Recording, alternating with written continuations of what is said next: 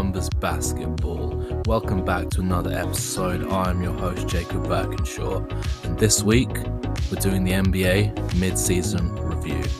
Let's get into it.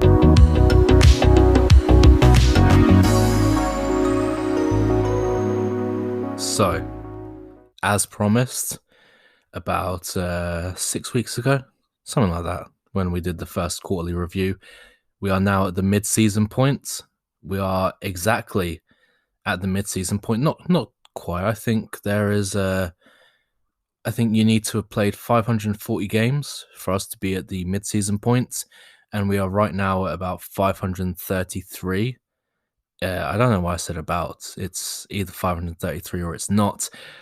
I just can't remember, and I haven't looked it up. But that was what I remember seeing when I started collating everything for this mid-season review. By the time you listen to this, everything you listen to, assuming you are a ride or die fan and you're listening to this on the day it drops, Thursday which day will that be? Thursday the 11th of March. It might come out on the Friday, in which case ignore this. This data will be still in date. It will be the exact same. That is when the first games of the second half of the season begin. I think it's a Memphis game on that day. I can't remember, but if it's Memphis, I'm definitely going to be watching because I'm really enjoying their young crop of talent. But we're going to get into this, the NBA mid-season review. We're going to look at where teams have surged forward, where other teams have dropped off a bit. Little warning, this won't be the exact same as the first quarterly review because I am currently in the process of developing a new kind of modeling system for my team database, for the team data. I hoped that would be done in time for the mid-season review. It has not been done in time for the mid-season review. I hit a snag only a few days ago, and then I tried to fix it in the last couple of days, realized I hit another snag on it. There are fixes for it. They just are going to take a while to really go through all the data, fix everything that went wrong. There was like a multiplier that was a negative instead of a positive. So I was going through and I was looking at it. I was like, why does this team have like a plus 6.2 offensive rating and plus 6.4 defensive rating, which is bad? And I was like, this is a great defensive team. What's going on? And then I looked, one of the multipliers I used in the adjustment was a negative, which means it had flipped the values around. And then when I thought, fuck, go back and fix that, I went back and realized that about 100 of the data points had the same issue, which means that the final result is flawed and I need to go back, restart over again. I need to readjust all those multipliers back to being positives. I need to fiddle with the data to make them positive multipliers.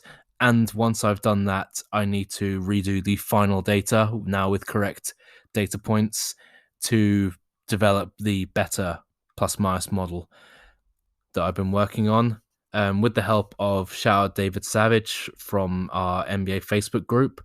I've been going back and forth because he actually works with statistics for a living and is, far, far smarter than I am with all this shit and many other things. And he's been helping me to fiddle around with the data using some slightly more advanced for me, still quite simple in the grand scheme of things, systems to model the data with. So that is going to be a ongoing development going forward, but it was unfortunately not ready for this review. So we are still using the old system we had in place, which is using the kind of the raw adjusted plus minus data. What we're going to be doing with the teams is I'm going to tell you the overall percentile they were in the first quarter. Then I'm going to tell you the overall percentile they are in now. So that's a 1 to 100 scale. A 0, if you're the worst team ever, I'd say you're in the 0 percentile. but from 0 to 100 scale of teams, just to give you a better idea, because it's better to say such and such team is in the 77th percentile of teams ever.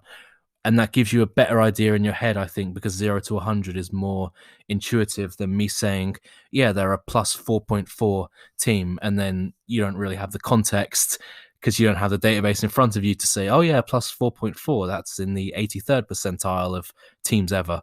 So I'm going to be giving you that instead of all the numbers surrounding it. I'm going to be going from worst team in the NBA to the best team. Then we're going to go on to looking at some players, some awards. I'm not going to do All-Stars because the All-Star game has been and gone. For people that want to know, we got 17 of the 24 All-Stars correct in the first quarterly review. We actually, if you include players that I noted, would have been in the All-Star game had they played enough minutes at that quarterly review. So I had them penciled in as these guys are going to be All-Stars, assuming they don't get injured. We're actually hit on 19 out of 24. So that's pretty good, like a 80% hit rate after a quarter of the season. That's not too bad, but we're not going to do any more All-Stars this episode because that's been and gone. We're going to be looking at Rookie of the Year voting, which is going to be quite quick because that's come down to a bit of a two-horse race.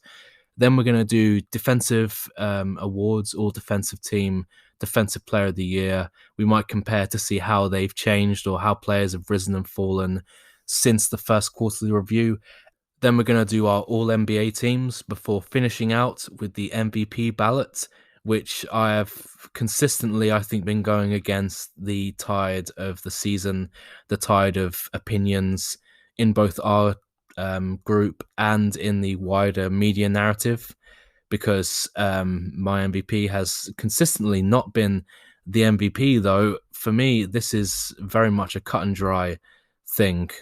So I'm sure you can guess who I'm talking about, or you can't, and it's going to be a shocker for you when we reach that MVP ballot. Either way, I'm excited. I hope you are too. Let's get fucking into the team data. Let's nerd out with all that team information. So, the worst team in the NBA right now, sorry guys, it's the Minnesota Timberwolves. They were in the 5th percentile when we did this after the first quarter. They are now dropping into the 3rd percentile. So they are now in the 50 worst teams ever as it stands. If they maintain their current pace, they would be one of the 50 worst teams ever.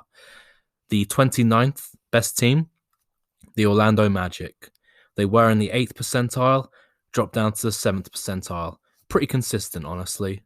I'm not too fussed about that. The Magic, free Vucevic, do something. I mean, the roster's destroyed by injury, but at the same time, this roster was going nowhere quickly.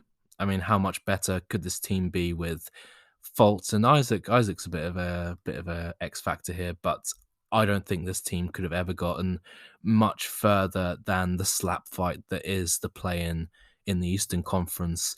That is not a position you want to be in. Blow the team up. Try to get an actual top pick. Stop getting the 7th pick every year and get a future superstar. Orlando, please. 28th, the Cleveland Cavaliers. They were in the 28th percentile after the first quarter. They have plummeted now down to the 9th percentile of teams ever. So they are really spiraling here, which is something I keep bringing back with younger teams or teams that don't have a solid foundation. They are prone to do this. It's very easy to collapse in the NBA. They are doing it right now. Next up, in 27th, is the Houston Rockets. They were in the 53rd percentile in the first quarterly review. Obviously, that is with James Harden, Christian Wood. They have also plummeted down to the 10th percentile. They are one of the worst teams in the league. They're actually, I think it was, offensively, they are one of the worst teams. I can't remember which way it was because I deleted all that information. But I remember offensively, they're in the 1st percentile ever, which is the 15 worst teams in NBA history going back to 1955. So it's not looking great in Houston right now on all fronts. 26th, we have the OKC Thunder. They were in the 12th percentile, and they have reached the heady heights of the 15th percentile. So this team is, I thought it would be the worst team in the NBA this year because they were just running out the youth, but the youth is pretty good. You know, the kids are all right. SGA is excellent. Lou Dort is bizarre, fascinating, but brilliant as well on occasion. They're an interesting team. Theo Maledon is an NBA player. That's proving itself to be true. OKC are interesting, and they're probably going to get a pretty high pick this year. So we'll see what they can do. 25th, the Sacramento Kings. They were in the 9th percentile. They have now risen up to the 16th percentile ever. So, yeah, Kings gone king. 24th, the Washington Wizards have risen up from the 11th percentile in the first quarter up to the 17th percentile ever. And the fact that they might end up being in the playoffs should tell you how historically weak the Eastern Conference mid-table is, the middle class of the Eastern Conference. That should tell you just how bad they are right now. 23rd, we have the Detroit Pistons. They've dropped from the 37th percentile down to the 25th percentile ever. Better than I thought they would be at the start of this year. Honestly, I thought they would be a lot worse than this. Jeremy Grant has been a revelation. They haven't played too badly, but this is more where I expect them to end up, in this kind of one of the 5 to 10 worst teams in the league area. Next up, we have a big jump forward. In 22nd, the Miami Heat. They have gone from the 17th percentile ever. They are now all the way up at 42nd percentile ever, from the roster finally starting to get some semblance of consistency. We will see going forward. Assuming no more injuries, I expect this to continue climbing. I don't know if I can see them ever getting into the top 10 teams in the league, but I think top 15 is definitely doable with the rest of the season ahead of them. I haven't looked at strength of schedule going forward for the rest of the year for this. If I had, maybe I could offer some predictions regarding that, but honestly, who knows? The Utah Jazz had one of the hardest schedules in the first half of the year, and look at them now. And now they have one of the easiest schedules in the back nine. So this team, the Utah Jazz, could put up some historic numbers, assuming they really put their foot on the gas and really try to ride this regular season into the playoffs. We'll see. Hard to predict. 21st, the Portland Trailblazers. They went from the 36th percentile ever up to the 42nd percentile ever. The Portland Trailblazers are historically overperforming their plus minus in the regular season. Not sure if it's going to end up as the biggest overperformance ever. The season is shorter, so that might play a factor in kind of skewing the data set a bit. It almost certainly will skew the data set compared to a larger schedule, but the schedule isn't hugely bigger. It's like 12% bigger than a regular season.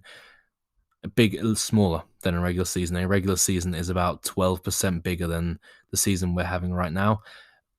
Tough to say, but Portland are historically overperforming what you'd expect from them.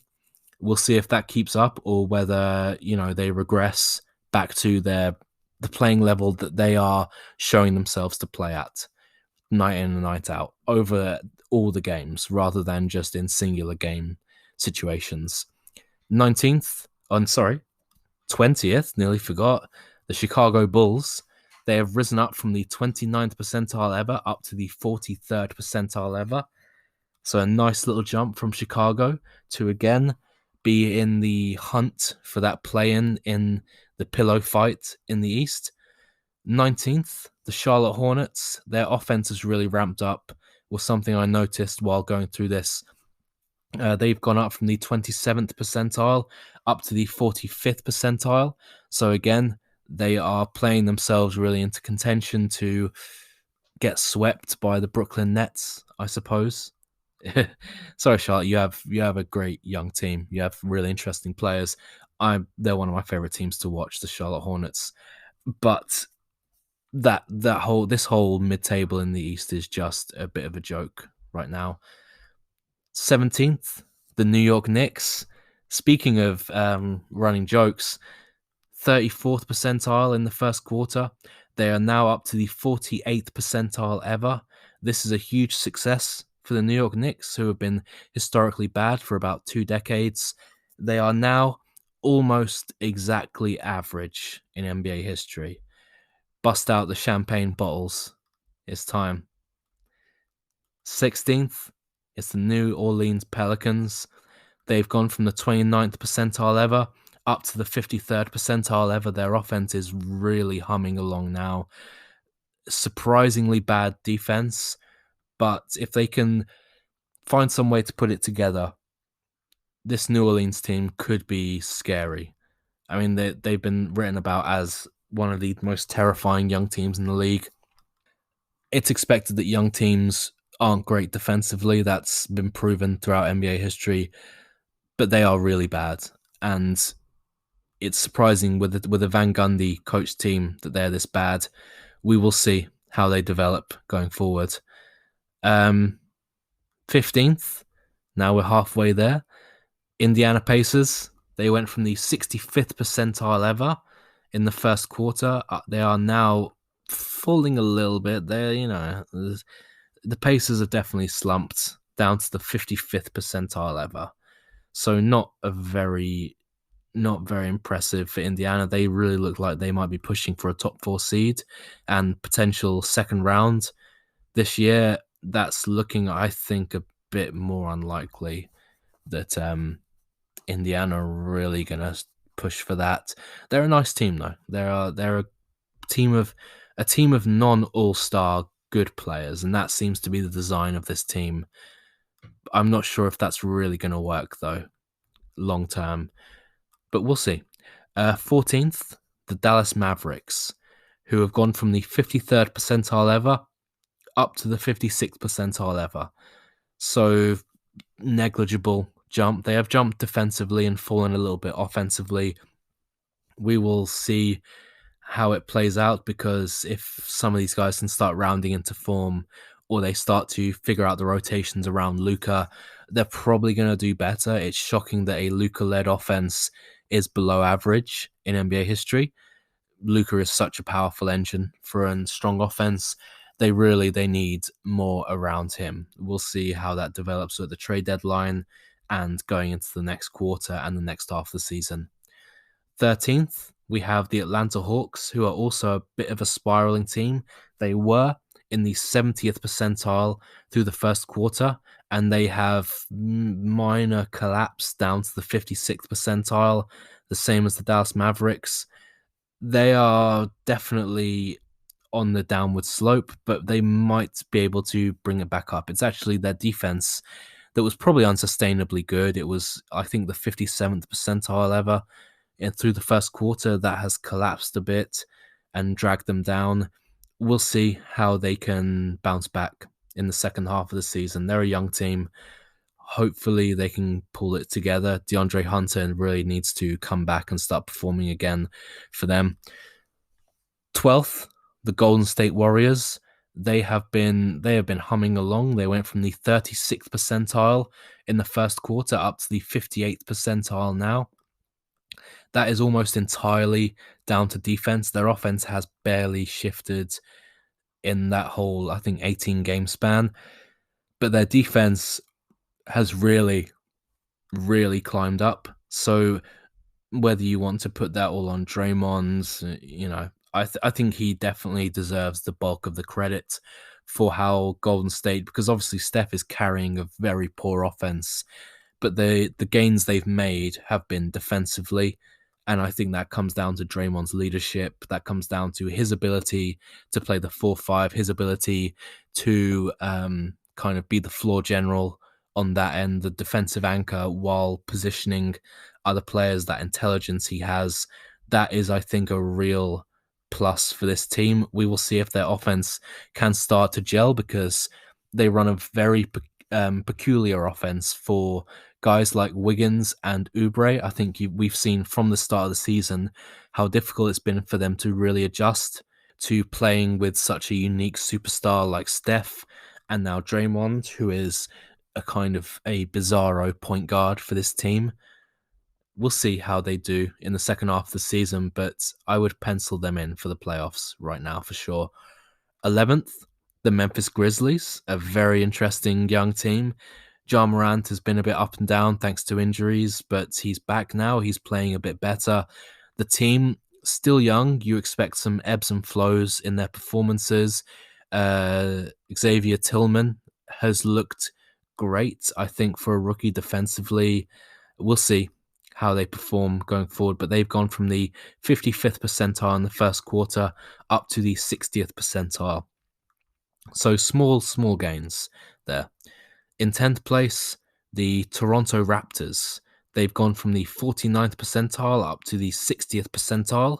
So they are as well rising from net average to a bit above average, but not hugely above average. Still 10th best team in the league right now by plus minus data.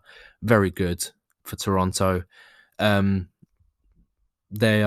team is just they lack really superstar power, but I think we are seeing what we predicted at the start of the season. We all did our preseason predictions, and I think we all had Toronto 6th, and that was behind teams like Boston, Miami, Brooklyn, Philly, Milwaukee, and we kind of discussed how that was a reflection of the fact that Toronto are the best of the rest. They are the best of the teams that do not have a superstar player, but they have a lot of good players and they have great coaching, great management, and I think that's kind of what we're seeing now, that this team, they're really squeezing all they can out of this team. They've shifted to, Siakam, OG, front court. They're definitely making the most, I think, of the talent they have. And it's a lot of really good secondary and tertiary pieces, but they are absolutely a star player or a star young player. Like I said, that they would be my favorite choice for a Cade Cunningham. I think back when they were really slumping in like the 13th position in the East, they were my first choice for Cade in terms of what I would like to see. That's not going to happen now. They're going the complete opposite direction. But if they are going to go this opposite direction, obviously they have the institutional excellence to develop lower draft picks to the players they have now, like OG, like Siakam, Van Vliet, who wasn't drafted, but, an unsigned, again, developmental story. But this team really needs a superstar. If they had a superstar with, the Kawhi hadn't left, this team could be really challenging for the title this year. We will see how that develops going into next year. 9th place, the Boston Celtics, who, for all the talk of spiral, have fallen from the 69th percentile ever to the 63rd percentile ever. And these are just small losses on either end of the floor, have, made a few extra losses than you'd hope for the Boston Celtics. It's been a bumpy second quarter of the season, to say the least, but they haven't taken on too much water. The boat is still afloat, and it's still looking likely that they're going to make the playoffs. And probably, if I had to bet, I don't know if they would be my choice to get fourth spot, get home field for the first round. But whether they are the fourth, I think they end up in the 4th or 5th seed and have a real puncher's chance of hitting the second round. But I don't see them getting further than the second round this year, honestly. Maybe that's just me being pessimistic, but we'll see. In 8th place, the Philadelphia 76ers, a team that has been overperforming their percentiles the entire year in terms of win-loss record. They've gone from the 66th percentile ever up to the 77th percentile ever. So they are making incremental gains on both ends of the floor. Their defense is pretty monstrous. And this is really where we start to get into, if not the title contenders, these 8 teams here, starting with the Philadelphia 76ers, there is a sizable gap between them and ninth place Boston Celtics. There are some more sizable gaps as we go up, but the gap between Philly and Boston, the gap between 8th and ninth, is bigger than the gap between 9th and 22nd. So we are solidly out of the middle class of the NBA. We are now into the true upper class of the NBA, starting with the Philadelphia 76ers. In 7th place, a team that has slumped since injuries to key players, the LA Lakers. Obviously, AD has gone down, Schroeder went down, or is it? Someone called me out for pronunciation on that. I think it's Schroeder. Dennis Schroeder. If that was you, I apologize for not remembering your name if you're the one that called me out, but I believe I got that one right now. Let me know in the comments on the in our group. But Dennis Schroeder has gone down as well. I think they went 1-4 in that time span. Quote me if I'm wrong. But they've dropped from the 96th percentile to the 83rd percentile. This is actually offensive slippage. Defensively, they are slightly better with AD injured now, which makes absolutely no sense from the first quarter. But they are performing ever so slightly better defensively, and the offense is really, really falling apart in LA. But they will likely be looking to conserve a bit more energy for the postseason at this point. They are pretty much guaranteed to be a top 4 seed, and I'm sure they have the confidence to go up against anyone. So I'm not too worried. I don't think they're too worried about this slippage, but it's worth noting that their offense has really declined without AD in the lineup, or Schroeder for that matter, actually. Up to 6th, we have the Brooklyn Nets. The all offense, no defense team following in. It's kind of the perfect storm, isn't it? When you got Mike D'Antoni, Steve Nash, and now this Brooklyn Nets team.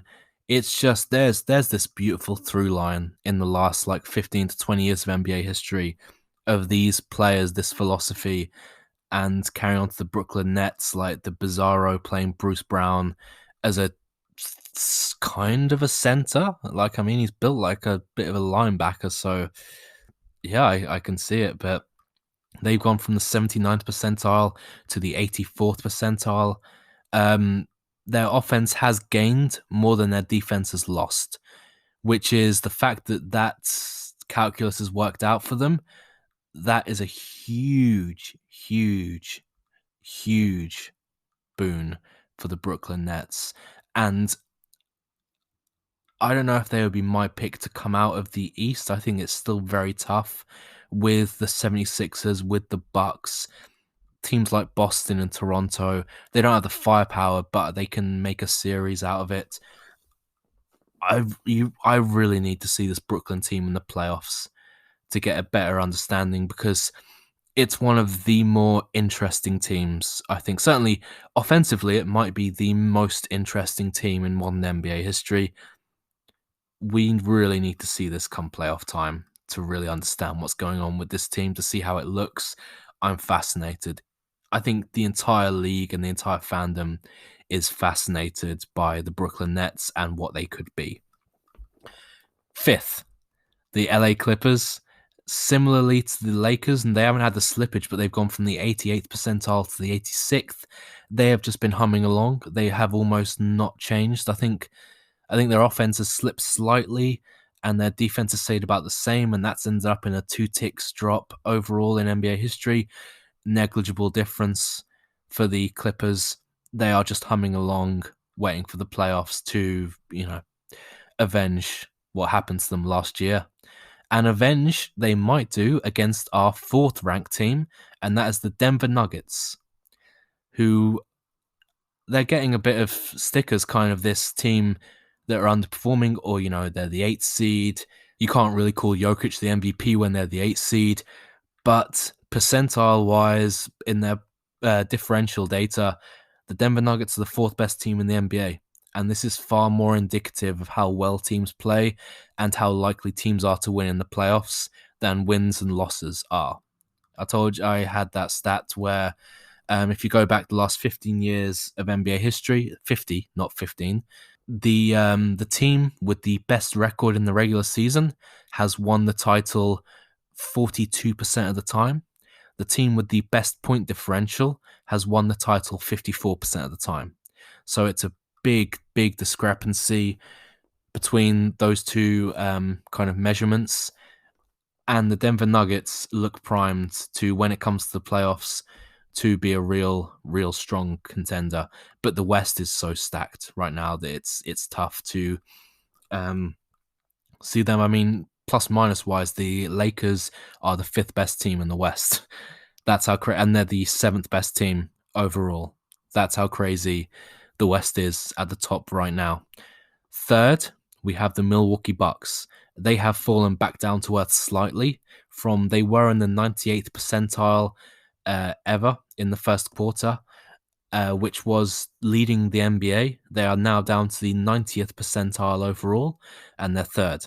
So a slippage, certainly offensively. Their defense has been basically the same. Offensively, they've slipped a bit, but as long as they're trying out new things, I don't think anyone's going to be too fussed, honestly.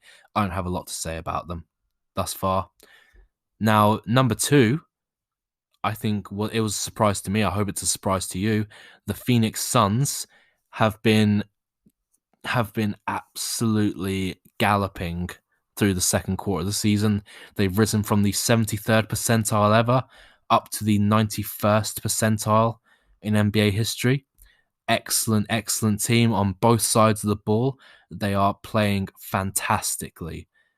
It's where are they? I remember seeing they're one of the only teams that are top 10 this season in both. They are 8th in offense and 3rd in defense this year. They are just playing spectacularly, very slow, very atypical for what we would have expected.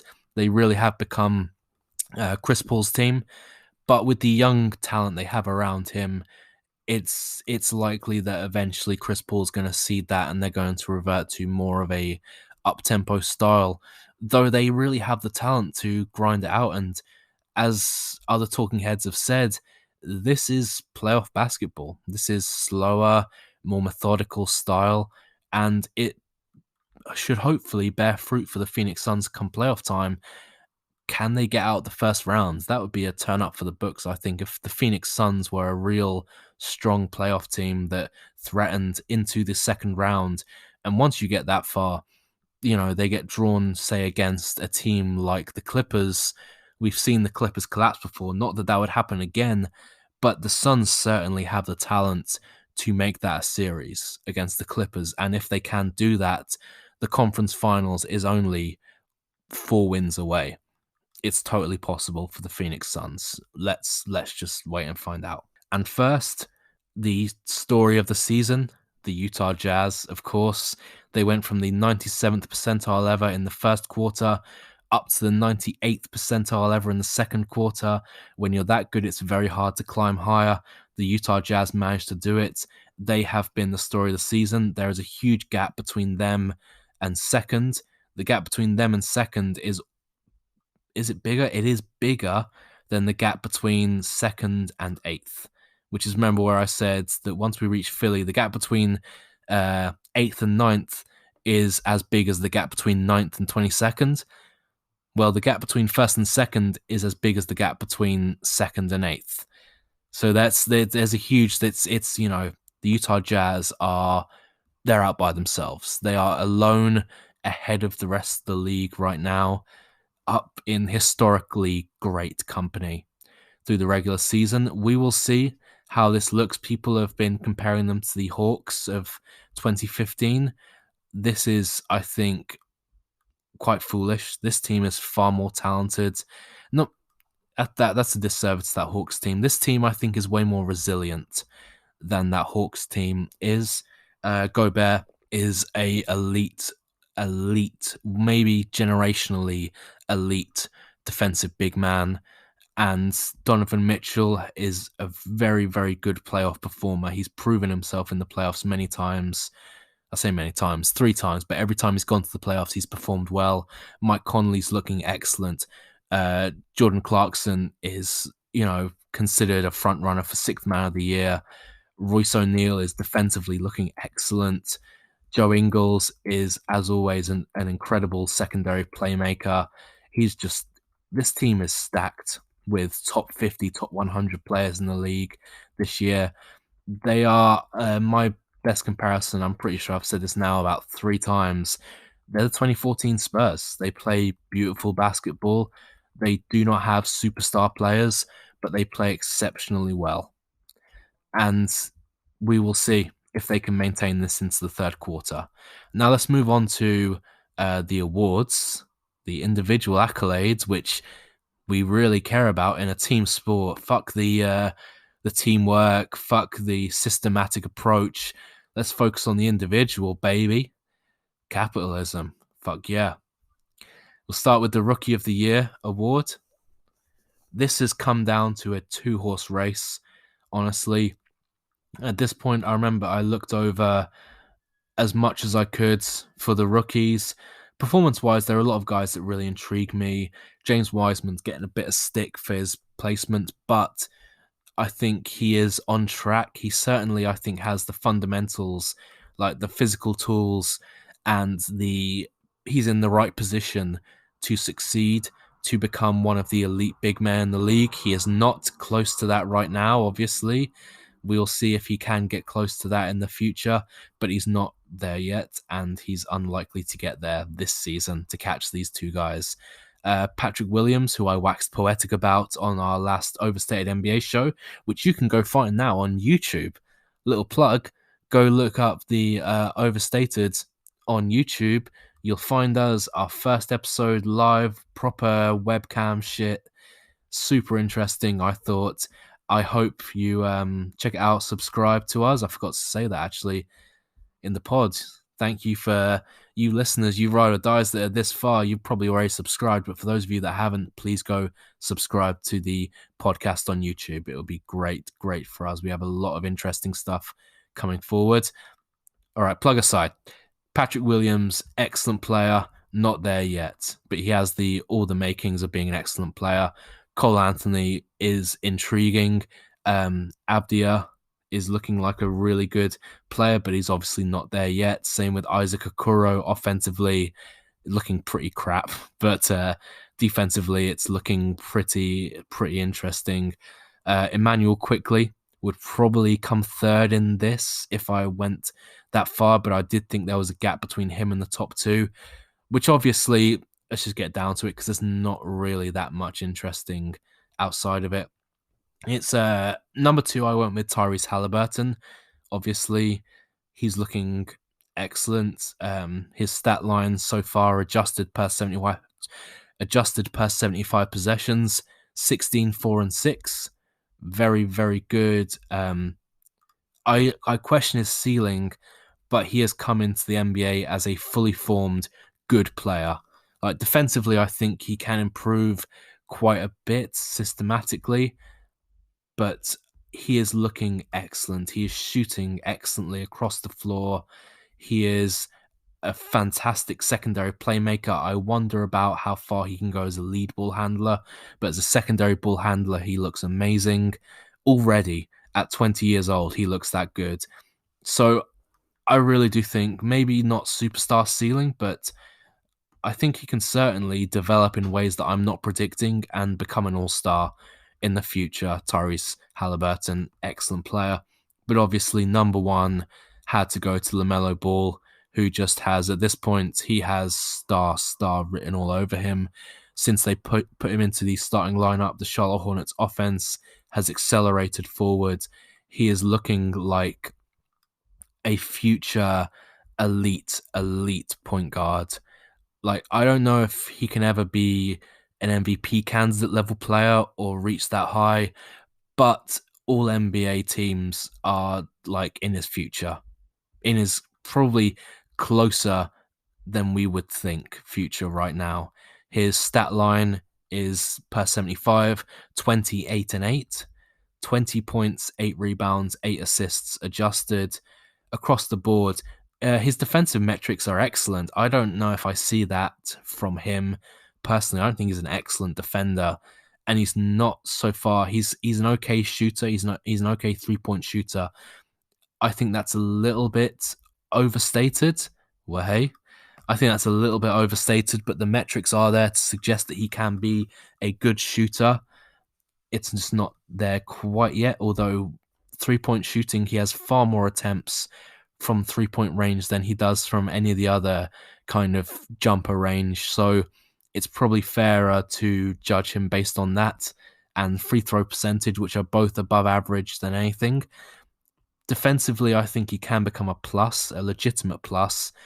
And shooting wise, he already has the bare bones to become a better shooter. And then he is the prodigious passer that his brother is still Lonzo, if not even better. So LaMelo, for me, has star written all over him. Legitimate star. But that's the Rookie of the Year award. Who even won last year? That's the thing. We talk about these awards like the Rookie of the Year, the Most Improved Player, Sixth Man of the Year. Who even won last year? Like, who cares about that? Let's go on something that people actually will care about. Well, NBA nerds will care about, and that is the all-defensive teams. So, a few names that it was tough to leave off, and if we had a third team, or if we could make it like the all-rookie teams where we don't focus on positions and we just name the 5 best defensive players, the 10 best defensive players, because most of these guys are centers anyway, then these guys, probably some of them would have made it on. A few of those, minutes-wise, obviously Anthony Davis, minutes-wise, he's at the point where you put him up against, if you kind of all the way I do all my stats is adjusted, possessionally adjusted. So guys who play very few minutes, you have to add how many minutes they're playing to get a full context. But I try to do it on a per possession basis. And Anthony Davis is up there. Like right now I have him as NA, not applicable, but if he was an applicable player, if he had played the amount of minutes that he needs to play to get into these kind of awards, these all defensive, all NBA teams, he would be on my all defensive team, my all NBA team, my defensive player of the year ballot, and my MVP ballot. But he has not played enough. Another guy who fell out of this through minutes played is Drew Holiday. I think you can make a real debate that he is a real argument that Drew Holiday is one of the second team defensive guards. I'm not willing to go that far because of minutes limits, but I wouldn't argue too heavily against that. Another guy who I think it's tough to prize out how much more impressive he is because of the system he's in, or if it's just because of how good the team is, or whether his role in that. But as a stellar, I think he's playing stellar defense this year, and that is Royce O'Neil for the Utah Jazz. He was very close to making my second team, but he just missed out on the final wing position where I went with someone else. But he's playing stellar defense. And then the last two were just because they play the loaded defensive positions, and those are Miles Turner, who is on my Defensive Player of the Year ballot, and Bam Adebayo, who is going under the radar a bit, but he is an excellent player again this year. One of the great two-way players in the league in terms of elite play on both ends, not just two-way in terms of overall game, just both ends. He is playing at an excellent level. Yeah, he just misses out on my all-defensive team, but I would not be surprised if by the end of the season he is on my all-defensive ballot. He's just a monster. Now, to get to the actual teams, so these are kind of broad positionally. I do maybe slide some people down a position if needed, just to try to fit as many of the best players onto the teams as possible. So in my second team, I have at the guard spots DeJounte Murray and Kawhi Leonard. DeJounte Murray, to me, I actually messaged Brett and Steve am I crazy? Like, is DeJounte Murray just like, has he recovered from his injury and one of the great defensive guards in the league again? Like, he might be for me, depending on your definition of guards, he might be like the second or third best defensively in the league for me right now. He is a monster. Um, I had no qualms eventually about putting him. It came down to him and Drew Holiday. Minutes wise, he made the debates a lot easier for me. At the other guard spots, twisting the rules a little bit, but I put Kawhi Leonard at the guard spot. You could argue he's a first team player with another guy on this list. It was really splitting hairs between the two. It might be a controversial pick, but I had Kawhi Leonard on my second team all defense at the other guard spot. At the wing, I had OG Anunoby, who is, I think he's really flourishing as a defensive player. I would like his offensive game to come along a bit more than it has this year, but defensively, he is an absolute beast. And he's so strong. He's such a defensively, he doesn't have some of the physical tools Kawhi did when he was younger, but he looks very similar in terms of his body shape, in terms of his physicality, just a monster defensively. The power forward spot, I had Giannis on my second team. Again, you can probably make a debate that he should be first team. I went with someone else at my power forward spot, but you can certainly argue that. I think he has to be on this all defensive team, though. For me, it's just wherever you choose to slot him. And my center for the all defensive team, Joel Embiid. For the second all defensive team, Joel Embiid. Again, if this was non-positional, he would absolutely be a first team player, but he plays the premium defensive position, and I think he is only the second best defensive center in the league. This regular season, we'll see come playoff time, it's entirely feasible to me. I can totally see a world where we end the season after the playoffs and say Joel Embiid is the best defensive center in the league. Totally realistic outcome for me. But right now, I think this regular season, he is the second best defensive center in the league. Going on to my first team, at the point guard spot, Ben Simmons. I think this is kind of a given right now. I mean, he's getting a real buzz right now as Defensive Player of the Year candidate. I don't know if I can go quite that far. I think there are a couple of guys who noticeably are better defensively or more impactful defensively than Ben Simmons, but I can totally see the argument as a versatile, elite defender, like 1-5, maybe more like 1-4 at an elite level. But he is maybe the most versatile defender in terms of positional matchup and impact in those matchups. You could certainly make the argument for me that he is the most versatile elite defender in the league. And it wasn't really a debate that he would be on my first team, given that, we need positions for these teams. He was absolutely the first name on the list, the easiest for me in this first team. At the shooting guard spot, again, maybe bending the rules a little bit, is Mikhail Bridges. I got that right, Chase. Mikhail Bridges. He has been outstanding as well. Every time I see him, I get these kind of slightly different ways, but it really strikes me like a young Kawhi Leonard in that offensively his game is coming along slowly, but you can see the bones there of a better offensive player than he is right now. The shot means that he will stay on the floor versus basically anyone. And defensively, he just swallows people on the defensive end. His arms are like, it's like a spider getting you in a grip on that defensive end. He is a monster.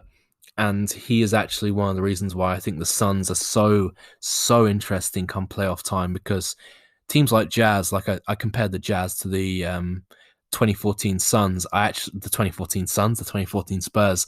I actually think the Suns are a closer comparison in terms of talent matchup. Mikhail Bridges is, for me, quite a bit better than someone like Royce O'Neil, who is clearly the Utah Jazz's best wing defender. Mikhail Bridges is maybe the best wing defender in the league and the best choice apart from the physical freaks like Ben Simmons and maybe a couple other guys who can try to defend on the perimeter like Giannis as a help defender or Kawhi when he's fully locked in, guys like that. There is, I would say, no one else in the league I would rather throw at the elite wing players in the NBA, like the LeBrons, the Durants, the Kawhis, than Mikhail Bridges right now. For me, it was pretty easy to have him first team. One that was not easy, and this is, I think, a very controversial one. I went back and forth between him and Kawhi, making the first and second team. That is LeBron James. I have LeBron James first team all defense this year.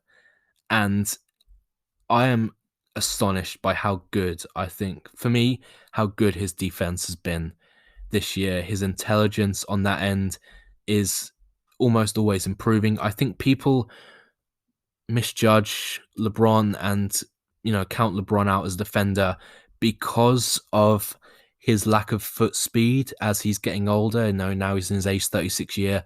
I think his foot speed is decreasing. He's getting a bit more tanky, but his intelligence to blow up plays, his intelligence to rotate along the back line is up there with maybe the best in the league. And given his size, given that he's probably more of a power forward now on defense, and his ability to still better than, like I say, his foot speed's declined, he's still, for his size, like a 6'9", 260 point guard. He is still one of the elite athletes in the league at 36 years old, which is, just a testament to what he is and what he has meant to basketball for the past nearly 20 years. Yeah, for me, I had to put him in the first team in the end. You want to put him second team, that's fine by me. But I don't think you can leave LeBron off the all-defensive team this year. I really don't. At the power forward spot, I went with someone I spoke about earlier on the pod, and that is Draymond Green. Draymond has come in to this Golden State Warriors defense and taken it to a whole nother level. Like, they went from being below average historically, like a top 800 defense in NBA history, through one quarter of the season. Draymond comes back.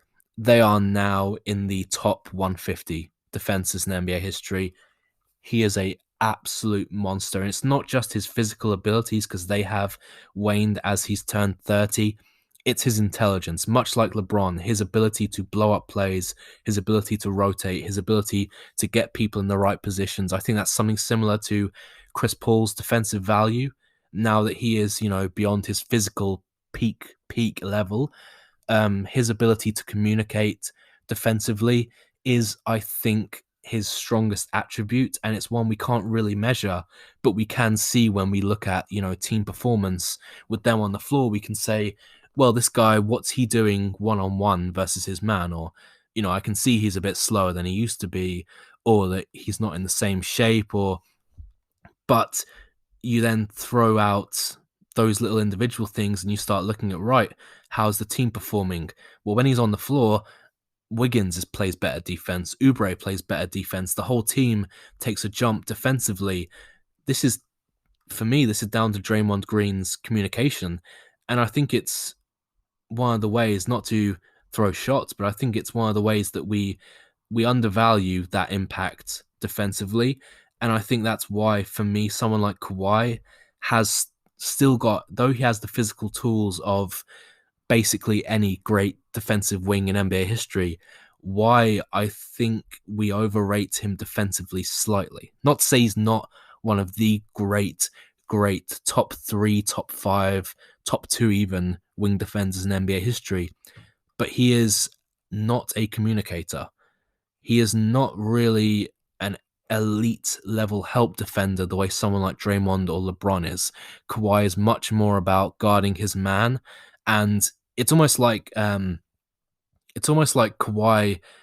kind of doesn't understand that people aren't as good as him at defense. Like, he'll guard his man, and then he'll be shocked that someone else is like, "What, you couldn't do what I do? You couldn't lock a guy up?" fucking from at 20 feet out, you couldn't like just stick a hand on him and just lock him. It's like he doesn't understand that people aren't capable of that. It's that, the genius being unable to communicate to regular people things that are basic to them but are genius level concepts. And that, I think, is where someone like Draymond, someone like LeBron, Chris Paul, where they really add value, where someone like Kevin Garnett really becomes one of the great defenders in NBA history, is not just his physical tools, but that he's a great communicator, that he's a very cerebral defender, that he can blow up plays, he can call out plays, he can call out positional rotations for his defense. He can call out kind of, right, switch it, like you need to switch now, or you need to stay with your man, you need to go over the screen. That ability to compute those things in real time is just, that is such a multiplier defensively, and Draymond absolutely has that. Now, to finish gushing about that, to round this out very, very quickly, the center is Rudy Gobert. Obviously, Rudy Gobert is an absolute monster, but we'll cover him more in the Defensive Player of the Year ballot, which we're going to get onto right now. So, Defensive Player of the Year ballot. This one was a bit more straightforward. Most of these guys we'll have already covered, so we can go a bit quicker. Like I said, Anthony Davis would be on this ballot. He is right now NA. Sixth place, someone who did not make this team and was also an NA in the all-defensive team, Miles Turner. Monstrous season from Miles Turner. Maybe slipped a little bit from how he came out, but still one of the elite defenders in the league. We'll see how he does come playoff time, because I've had my misgivings about the Miles Turner kind of brand of defense, the drop coverage defender, which is now just a buzzword at this point. I have my misgivings about him come playoff time, but he is still an elite regular season center. Fifth, I had Giannis Antetokounmpo. Still, again, people kind of call him out as slipping this year. He is still an absolute monster on both ends for me. Quite a clear fifth. The fact that he slipped from, being MVP Defensive Player of the Year down to fifth in Defensive Player of the Year just tells you the kind of level this guy's on. Fourth, I had Ben Simmons, who, like I said, probably the best. For me, outside, I would say the power forwards and centers, he's the only non-power forward center. Not that being a 6'10 player means you're not. These are just, nominal positional descriptions. But he basically plays point guards, and he's probably the best 1-3 defender in the league, 1-4 defender. And there isn't anyone, I think, at the first three positions that really compares to Ben Simmons defensively. I think he will have more buzz for Defensive Player of the Year because of this. But for me, he just lags behind the elite anchors on defense. Third, Draymond Green, for everything I've already said. I'm not going to go further into it. Just he is right now third for me on my ballot. He might climb up as the season progresses, but these first two guys are monsters, and those are obviously Joel Embiid, who was a second-team all-defensive player, but is an elite player, and like I said, Rudy Gobert, who is a generational defensive center. We'll see, because his value has slipped consistently in the postseason. Like it's what I say about guys like Harden, where yes, these players like Harden is still probably an all NBA player come playoff time, but he is not the MVP candidate. We'll see this year, it might be a bit different because he's playing in a whole new setup to how he has played in years past. And I think someone like Durant might really unlock Harden to be able to perform continually at the level that he has in the regular season, which, if that is the case, this season might be game over for everyone, but we'll see. But Gobert, like, he falls off a bit, like the value, like it'd be like, how to express it? Say he is worth 3 points. Just through his defense is worth 3 points every game. I feel like his defense ends up being worth maybe 2 points in the playoffs every game. Like, as a basic comparison to how I'm seeing it in my head, that the little drop coverages he does, his ability out on the perimeter, all these things are stretched by elite guard and wing play come playoff time, and you only play really elite guards and wings when you're in the playoffs. So it gets very difficult. Someone like Gobert, not that he isn't very agile for his size, but it's just very difficult to be agile enough when you are 7'1", whatever he is, 7'2", God knows what the Stifle Tower is now. But in the regular season, it was pretty straightforward for me. Rudy Gobert, the Defensive Player of the Year. Let's get on to all NBA teams, because there's going to be some more names, but now obviously we can talk about their entire game, not just their defensive ability.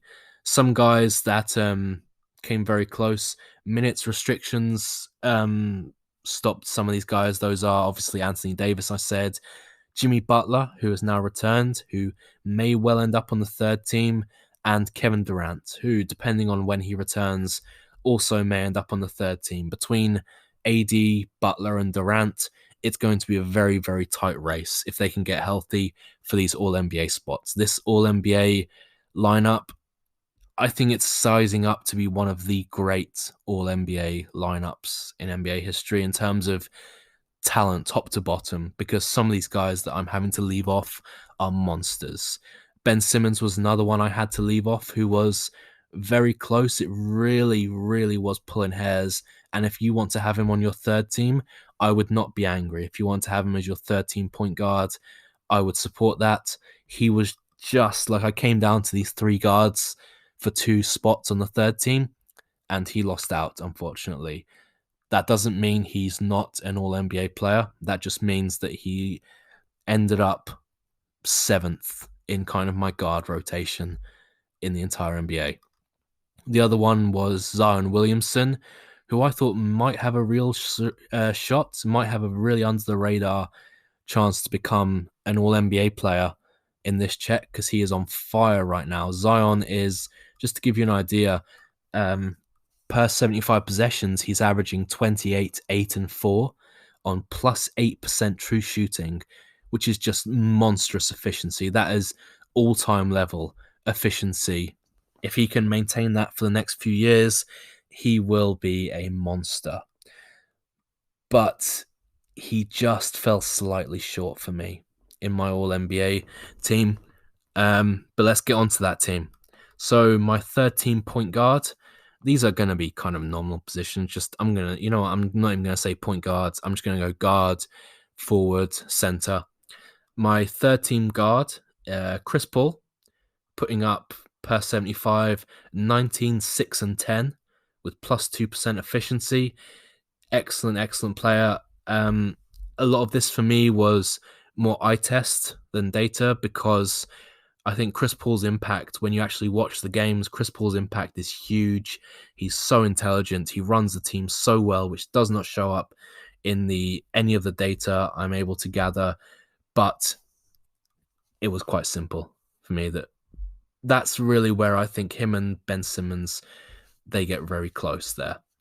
Other guard position, Kyrie Irving, he's putting up 28, 5, and 6, plus 5% efficiency, just about that. He was quite straightforward. It's just defensively, he really does give up quite a bit, which makes me hesitant to think, right, if I compare like overall impact of someone like Kyrie versus Simmons, is Kyrie's offense that good to outweigh his defensive shortcomings compared to an elite defender like Simmons? Again, if you side with Simmons, I don't totally disagree with you. For me, it was his range of shooting ability. He is such an elite off-ball player, and we're seeing that come out in Brooklyn, where he takes control of the offense for 10 minutes and he'll have 15 points in 10 minutes. That kind of explosive ability for me ends up being enough to just put him over the top. I think he's in an optimal position, but he is making the most of that optimal position for himself. At the Forward spot, I had Paul George, 26, 7 and 6, plus 7% efficiency. Paul George is right now a monster efficiency player, putting up 45% from three on about just under 9 attempts per 75 possession. One of the great shooters in the league this year so far. Yeah, he was the one. Once I really compared him and Zion, I think Paul George is going under the radar a bit because of last season, but he is playing monstrously well this year. And it really wasn't that big a struggle between him and Zion for this one of these forward spots. The other one that maybe you would side with Zion over, but I thought there was quite a sizable gap once we consider the defense, was Bam, who's putting up 21, 10, and 6 on plus 6% efficiency. Monster season from Bam, really going under the radar as well, I think. But he was absolutely in my third team All-NBA. Maybe you would side with Zion over him as well, but for me, it was Bam. His defense is just elite level. Just not all defensive team because of the position he plays, which has, 5 or 6 guys who are elite players at those positions and only 4 spots available to them realistically. My third team center, Rudy Gobert. Wax poetic enough about him, but just to give you a stat line, 17, 16, and 2 per 75 possessions. Let me just read that again. 17 points, 16 rebounds, and 2 assists. Plus 8% true shooting. Does not really shoot at all outside the rim, but his ability is, I think, right now peaking. He's an absolute monster. Next up, my guard spots. Wait, did I have? No, sorry. I shifted these positions. So, Bam, Paul George ends up second team. Zion did end up third team. I forgot about that. I shifted them. Oh. So Zion, we're just gonna ride through that. We're just gonna leave that in there. Mistake on by the numbers, God. So Paul George actually made second team All-NBA. I forgot I did that little adjustment at the end. Zion is now third team All-NBA, but we'll go through. So second team guards, Damian Lillard. I had a second team guard. He's putting up 30 points, 4 rebounds, 8 assists on about plus 5% true shooting. Again, those are incredible offensive numbers. His defense really gives me pause because I think he is of the elite players in the league. Like, there's a clear 11 best players in the league and then a gap down to 12. Dame is in that 11. I think he is the worst defender by far in that 11 though. And for me, that just, he takes enough off the table thanks to his defense that it really wasn't that big a struggle for me to put him in my second team All-NBA.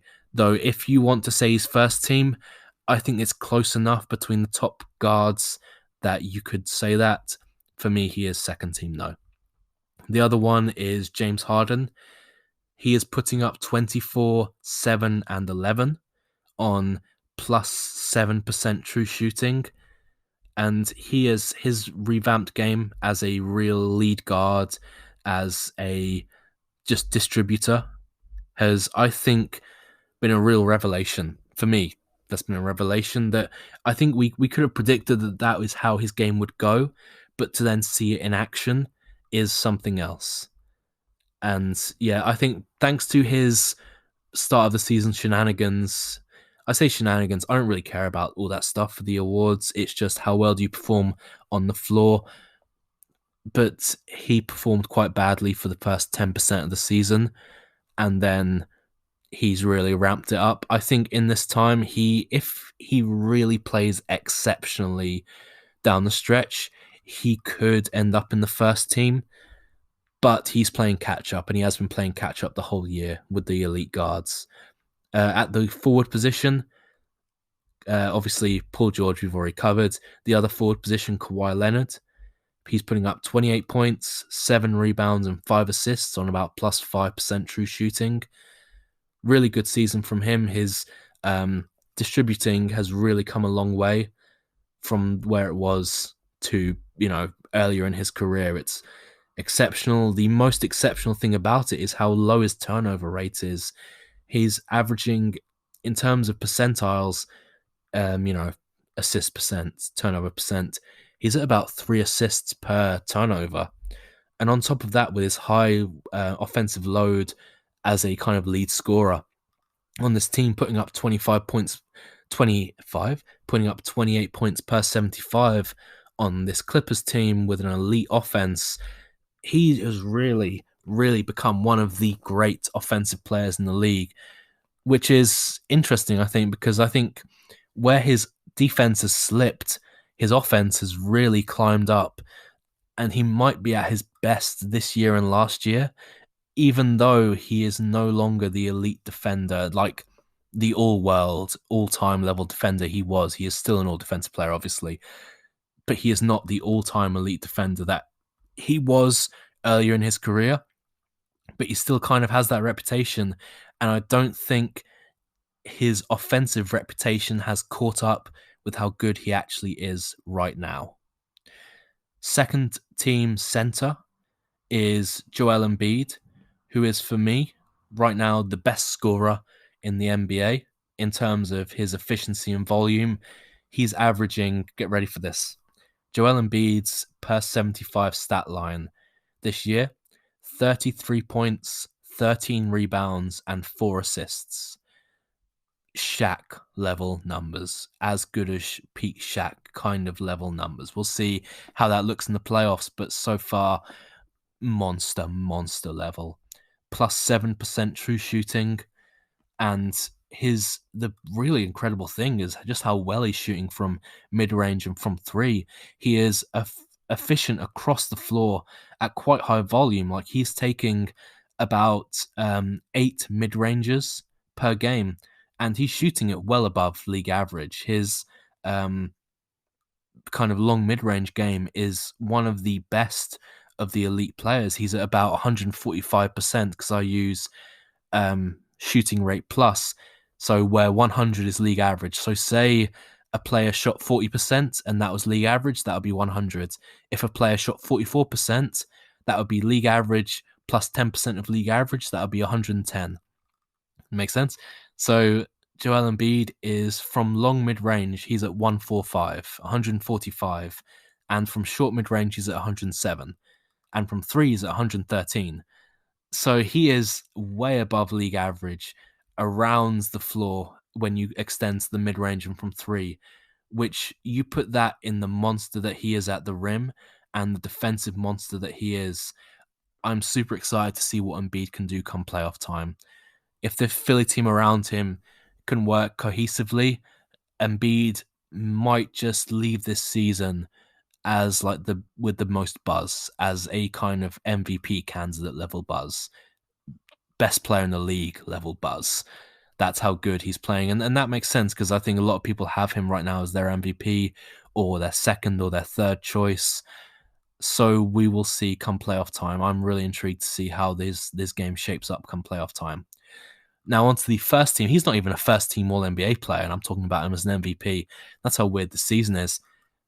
My first team All-NBA guards, Steph Curry, naturally.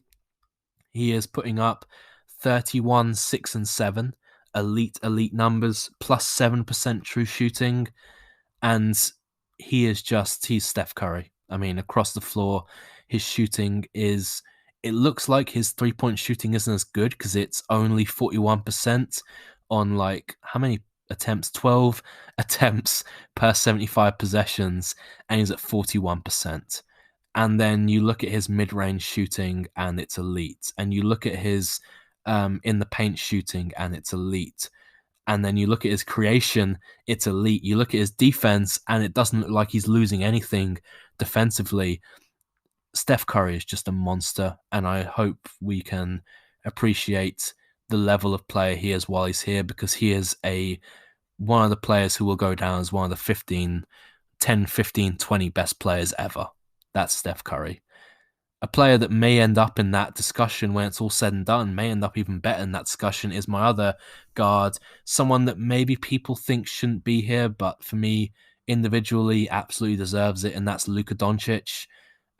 He's putting up 39-9 on about plus 2% efficiency. So his efficiency, as kind of has been spoken about, is not great this year in terms, I mean, it's above average, but it's not elite. But part of that is that he takes a lot of threes, and they are going in at a better clip now.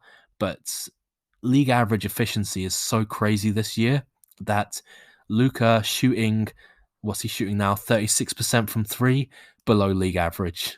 That's how crazy this year is. But he is playing, for me, absolutely elite basketball. About 3 assists per turnover. He's really bringing down turnovers, upping his assists, his defense. I think his metrics overstate how good he is defensively, but he is very good defensively for how he was last year. The jump is noticeable for me. I don't know how it is for you, but for me, I do notice that his defense is much better than it was, and is probably, if not a positive, I don't think it's a positive yet. I think it's definitely not taking anything away from his elite offensive value, which is an incredible thing to be able to say. The forward spots, I have LeBron James, who technically is playing as a point guard this year, and he has been for the last couple of years, but is, he's 6'9", 260. Where else am I going to put him? Anywhere, basically. I can put him anywhere on the floor. Doesn't really matter. It's LeBron James.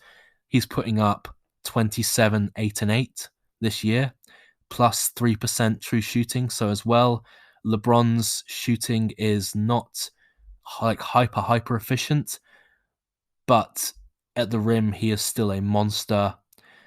He is taking consistently. He has relatively good. Like it's consistently below league average, his shooting from mid-range from three, but it's good in terms of like when you think what he can do when he gets to the rim, how he can play make, his ability to hurt you across the floor at least a league average level in so many facets of the game is so good. And like I say, defensively, I think he is as locked in as he's been since maybe Miami, or maybe first year in Cleveland. So you combine all that together, for me, this is no brainer. I mean, some people have him as the MVP so far. I certainly think he's up there. At my second forward position, Giannis, he's putting up 30, 12, and 6 at plus 5% efficiency. So rumors of Giannis's demise have been greatly exaggerated. His shooting is, as expected, awful. Really, really bad. It's in, like, if 100 is league average, outside of the paint, he is in the 70s across the board for his shooting splits. Very, very underwhelming. But defensively, he is still a monster. Like, I had him 5th on my defensive ballot. I have him on my MVP ballot as well, spoiler alert. And he is my first team power forward, all NBA. And who would be his comparison, really? Kawhi Leonard? It's close. That might switch as the season goes along. But for me, Giannis is right now in the first team. And then my first team center, if it's not going to be Embiid, then who is it going to be? It's going to be Nicole Yokic, of course. 28, 11, and 9, plus 8% true shooting. He shoots better from the floor in terms of true shooting than Zion Williamson, Giannis, Steph, Embiid. And he's doing it, not like he's doing it on minor volume, he's doing it on 28 points per 75. For me, I don't know if I can say he is the best scorer in the league, but I certainly think he is in the conversation. I think those guys I just named, Embiid, Curry, Zion, maybe not Zion, but I think definitely Embiid and Curry are better scorers, Durant as well. But Jokic is right now quietly one of the great scorers in the league. Like, he is way above average across the floor efficiency wise. Like, if 100 is average, he is 120 in the mid-range, 130 in the mid-range, 115 in three-point range. Excellent shooting across the floor, and his playmaking is just again, like he's about 3 assists per turnover. He is an incredible rebounder and playmaker. His defensive metrics are weird. They are really positive. I don't see it when I watch him play. I don't see elite defense, but I see at least average defense. At the position, there is some, for me, opportunity cost being lost there. But when he is probably the best offensive player in the league and having quietly one of the great seasons in NBA history, I am willing to forgive that opportunity cost when the offensive value he's bringing is MVP level. Spoiler alert. Let's get into the MVP ballot now. Now, the MVP ballot. This one has been probably the most contentious I've found any MVP, because to me, the choice is very clear. If you can't guess, to other people, some people don't have just to lay out for you, I've had Nicole Yokic as my number one in my MVP ballot. My very official, very meaningful, very, very important MVP ballot since about game 8 of the season, something like that. And for some people, he's not really considered an MVP at this point. Some people don't even have him in their top 3. Some don't have him in their top 5. And I'm looking at it like this guy is having one of the great seasons in the past decade, in the past 20 years. What is going on? So I think it comes down to ultimately a philosophical approach into what MVP means. A lot of people they'll go for a tried and true method, the best player on the best team. And the Denver Nuggets, their plus-minus differential is 4th in the league, but they are actually like the 6th or 7th seed or something ridiculous like that. They are not one of the top teams, even though they are out of, I think, they're 6th seed in the West. They are half a game out of the 5th seed. They are about 3 games out of the 2nd seed, but apparently that's what's most important.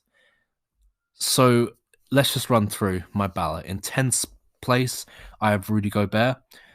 And I think Rudy Gobert is playing probably this well this year overall. But it kind of comes down to, yes, he's the best player on the best team. I don't think he's adding as much value as a lot of these guys, because what it comes down to for me is I'm trying to extract rather than just being like, this guy is adding this much value. What happens if we move this player? What happens if we switch these players around? I just want to see who's playing the best, because there is no more valuable thing you can do to become the most valuable player than play your best, kids. That's what it comes down to. Just do your best. PSA from your friends at By the Numbers Overstated. But that's kind of my rubric for MVP. It's just who's playing the best. Because if you are playing the best, if you are having the biggest impact on winning in a kind of more abstract sense, which is difficult to measure objectively. These are not objective, these are ranges. But we see once we get into a range, we can say, right, it's more like imagine a kind of a line, like 1 to 10, and you imagine kind of a cloud, like where, maybe this fuzzy, it's between 8.5 and 9.5, and this guy is between 7 and 9, I'm not sure.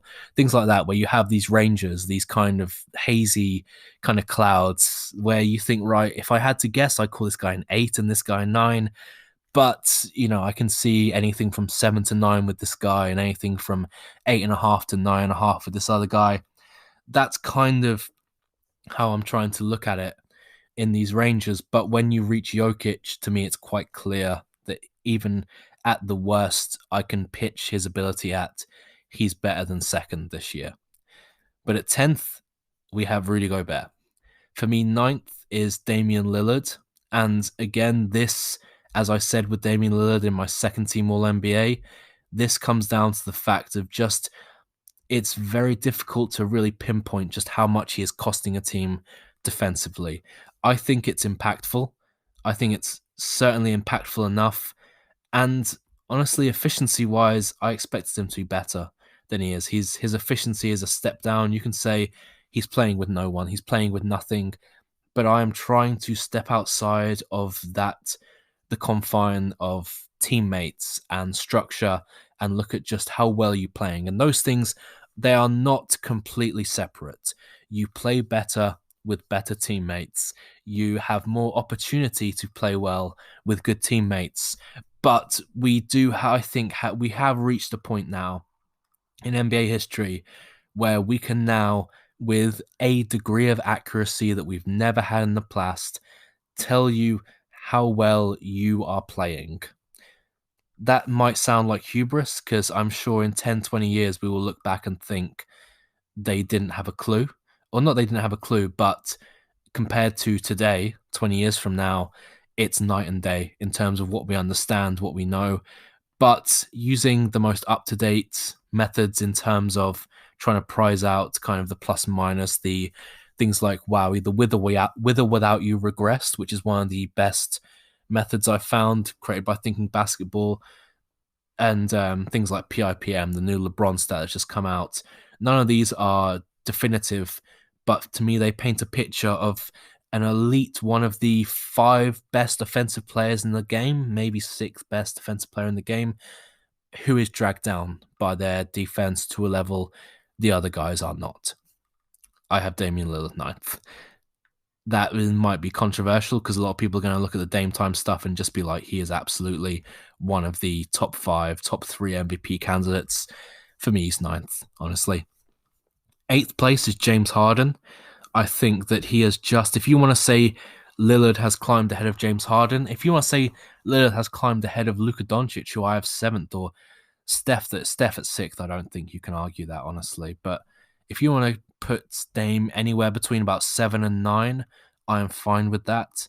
But I have James Harden 8th, and James Harden I could see slide anywhere between about 10 and 7. But I think he's slightly better. I think defensively it's a bit of a wash, but James Harden at least has some areas where he's not a total liability. Not that Dame is a total liability compared to some guys, but in a lot of situations he is. Harden is in a lot of situations as well, but he does have some small advantages in the post. His quick hands, I think he's definitely got, a better feel for when to when players are one-on-one with him or when he's in the post with them. He has very good hands. But offensively, obviously, between the two of them, there's nothing between it. They're both at the peak of offensive brilliance. For me, James Harden is just a step above. Same with Luca. As I said, I had Luca in 7th. I could see anywhere between 6 and 9 for Luca. I think people are underrating him because the Dallas Mavericks team around him is terrible. But Luca is absolutely a better player this year than he was last year. I made a point at the end of last year to say, look, Luca's rookie year was one of the great rookie years in recent memory. Not as good as some other years, but it's maybe, I think you can definitely make an argument that Luca at age 19 was the best age 19 player ever. Certainly there's an argument there. Age 20, I think it's very clear Luca is the greatest age 20 player ever. Now at age 21, it's getting a bit more murky. I think there are certainly more contenders. There is Shaq, LeBron are 2 ones that I think really stand out as strong contenders for Luca right now. So I made a point that, through age 20, Luca is on the GOAT trajectory. He's had maybe the best age 19 season, certainly the best age 20 season. If he can, have the best or second best age 21 season ever, he is 3 seasons deep into a 20-year journey to being the GOAT, but he has started on the right path. I don't think he's fallen too far from that, but I think he's certainly a step below where someone like Shaq was, say, in 1994, where he was just one of the 5 best players in the league. I think Luca could be there. I don't think he is right now. I think he's had a bad start, but it's been a bad start to the year for him. He came in overweight. He had to work his way back into game shape. I think he is getting better and better as the season's going along, his shot is falling now in a way that it was not at the start of the year.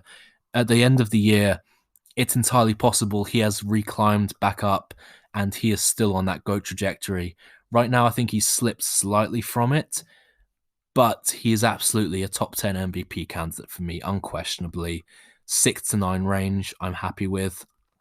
In sixth place, and I have Luca seventh. In sixth place, Steph Curry. Steph, I would be fine anywhere between about 5 and 7. I think sixth is a fair place for him, maybe 4 and 7, but I have him sixth. And Steph is showing that he is maybe the most additive offensive player around a terrible offensive team in Golden State. Real bad team. And Steph is stepping up and carrying them in a way that he has not had to do since 2016. He is an exceptional. I don't think we'll fully appreciate what Steph was until he's gone, or until a player like him doesn't come along for another 20 years, like a shooter like him. This is just coming off the back of his All-Star performance in both the three-point contest and the All-Star game, where Steph is just the one of my favorite nicknames that one of our members of the group, David Savage, told me is that Steph's nickname in Chinese literally translates to Skyfucker. But he reminds me of, that, I don't know what her name is. What's her name? The girl who is like a feng shui consultant, Marie Kondo. There you go. In the What Sparks Joy? Steph, basketball-wise, Steph sparks joy for me. And when you look at his effectiveness, that's really where it all stems from. That he is just this out-of-this-world offensive force that I don't think is replicable ever. 2016 Steph might be the greatest offensive player in NBA history. I don't know if it's totally replicable. Defensively, I think he is overall a net zero. Still, I think he's overall a net zero, which speaks to his intelligence. But I think he would need... Could he ever be an MVP candidate? Because I'm saying this, what's really holding him back from being an MVP candidate? I would say his shooting is slightly worse than it was. I would say his speed is slightly worse than it was. And I think that comes down to he's bulked up quite a bit from his MVP season. If you look, his upper body is noticeably bigger now, I think. And I think that might be affecting his shot slightly. Not to say it's affecting his shot bad. He is still a 41% three-point shooter. But if he was shooting 44, 45%, I think we would be talking about Steph as a stronger MVP candidate. Maybe if you want to, I think I could see him as high as 4th on this list, but I'm happy with him at 6th right now. He'll probably climb as the year goes on if he keeps this up. 5th, I have Kawhi Leonard, who I've touched on. He is second team all defense, second team all NBA, because forward slots are absolutely stacked. But if you wanted to, you could maybe slide him in as a shooting guard in the first team, and I wouldn't disagree with that. Like, you could slot Luca down into a kind of forward spot in the second team, switch Kawhi up into a guard spot, play some, positional chicanery there. I wouldn't be too angry with that. But Kawhi is, for me, 5th in the MVP ballot. And he's been around this time. He's been kind of 3rd to 5th. Minutes-wise, he's doing well. I expected more of a drop-off. I expect more in the second half of the year as we get towards the end and the Clippers have their position locked up. I expect that drop-off to happen more. It might not happen, and Kawhi may end up as the 3rd MVP candidate. To me, Kawhi is anywhere between 3rd and 6th, but I slot him in at 5. At 4th, if this is Giannis falling off, then it's not a bad position to be in. Giannis is 4th for me in the MVP race. Again, I could see Giannis anywhere between 3rd and 6th. I just have him 4th, slightly ahead of Kawhi. Giannis is basically as good as he was last year. Maybe you could say I think his effort level And because they are adopting a few new systems in Milwaukee, which is for the best ultimately, but initially is having some teething problems with Giannis. Defensively, occasionally, he doesn't know where to be, which is a real problem. But I still see his effectiveness hasn't dropped off a huge amount. For me, it's still elite of elite effectiveness. And I think you could still make an argument that Giannis is the best two-way player in the league.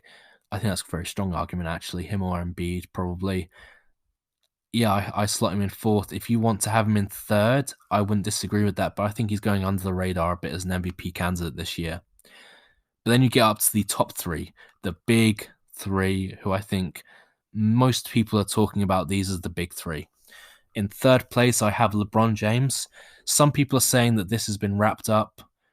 For me, it wasn't close to being wrapped up. I think LeBron in the regular season, once we get to the playoffs, LeBron takes this up to another level. But LeBron isn't noticeably different. Offensively, defensively combined, he's probably better than he was last regular season, and obviously the year before that, and maybe the year before that, and the year before that. But he isn't playing MVP regular season LeBron anymore. I don't think he can at age 36. I don't think it's fair to expect that from LeBron at age 36 to play MVP level in the regular season when he has championships to win. He has a legacy to chase. For me, he is playing slightly off, but I can certainly see the argument for first place. For me, I feel a lot more comfortable saying second to fifth for LeBron. That's somewhere I feel more comfortable placing him. If you think higher, that's fine. I think I'm really trying to find an argument to slot LeBron down. When I'm kind of collating everything, looking at it, I don't think his motor revs high enough offensively or defensively in the regular season to warrant an MVP chase. The MVP is a very, very difficult award to win.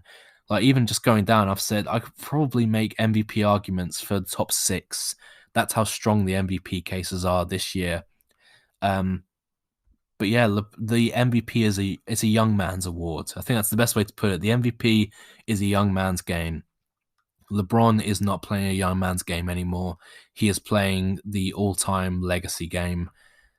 I think he's not going to expend enough energy in the regular season to really challenge the elite players. And for me, they are in second place, Joel Embiid. I can certainly see the argument for him anywhere from first to third.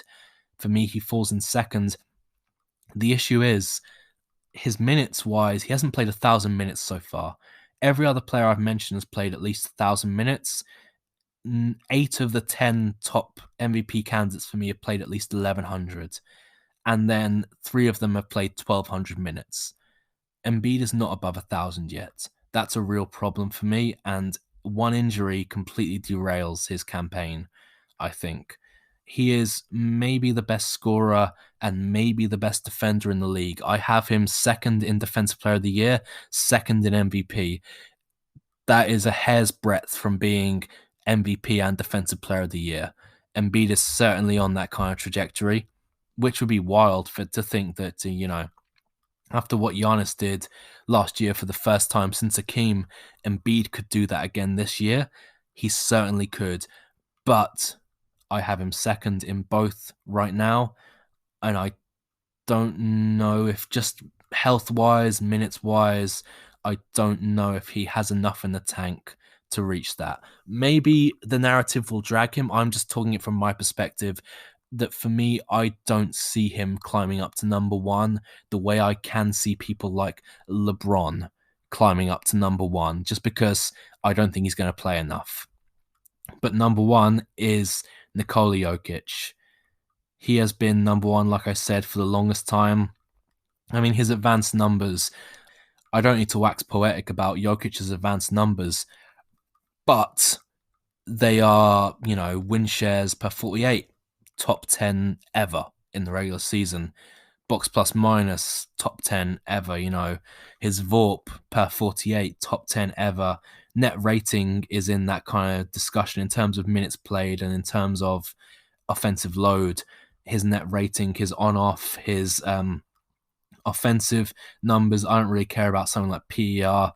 None of these advanced metrics are the be all end all, but the fact that you are talking about someone who is top 10, top 20, top 30 in all of these metrics in NBA history, and you look at his comparisons, they are 2013 LeBron, 1988 Jordan, 2009 LeBron, 2016 Steph, 2001 Shaq, 2004 Garnett, 2003 Duncan.